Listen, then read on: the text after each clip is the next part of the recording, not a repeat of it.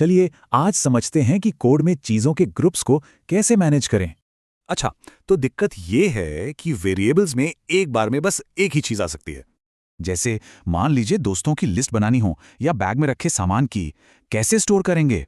तो पहला सॉल्यूशन है ऑर्डर्ड लिस्ट। जब चीजों को एक क्रम में रखना हो तो लिस्ट यूज करते हैं। एक लिस्ट को बस एक शॉपिंग लिस्ट की तरह समझिए। वही एक कागज जिस पर हम आइटम लिखते हैं, जोड़ते हैं या हटाते हैं। सिंपल। डार्ट में लिस्ट के लिए हम स्क्वायर ब्रैकेट्स यूज करते हैं। बहुत आसान है। जैसे यहाँ देखिए, फेवरेट फूड्स की एक लिस्ट बनाई गई है। और चाहें तो पूरी की पूरी लिस्ट एक साथ प्रिंट भी कर सकते हैं। पर अगर हमें सिर्फ एक आइटम चाहिए हो तो, जैसे कि पिज्ज़ा?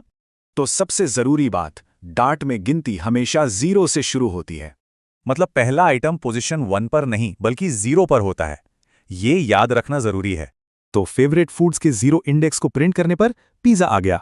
लेकिन क्या हो अगर ऑर्डर जरूरी ना हो और हमें सिर्फ चीजें ढूंढनी हो? इसके लिए है दूसरा सोल्यूशन, लुकअप मैप। जब ऑर्डर नहीं, बस लुकअप जरूरी हो। इसे एक डिक्शनरी की तरह सोचिए। कोई भी डिक्शनरी को शुरू से आखिर तक नहीं पढ़ता।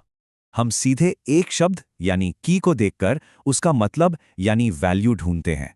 एक मैप के लिए कर्ली ब्रेसेस, छोटे ब्रैकेट्स यूज होते हैं और की वैल्यू के जोड़े बनाते हैं। जैसे इस यूजर प्रोफाइल मैप में नेम एक की है और स्पार की उसकी वैल्यू।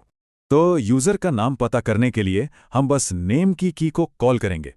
तो संक्षेप में लिस्ट है ऑर्डर की हुई चीजों के लिए और मैप है लुकअप के लिए। ठीक है, अब इसे खुद ट्राई करने की बारी है, एक छोटी सी चुनौती के साथ। इन स्टेप्स को फॉलो करके अपनी लिस्ट बनाएं और आइटम एक्सेस करें। 0 इंडेक्सिंग याद रहे। तो ये था हमारा आज का टॉपिक। जाते जाते एक सवाल, अपनी रोज की जिंदगी में लिस्ट और मैप्स कहाँ देखते हैं?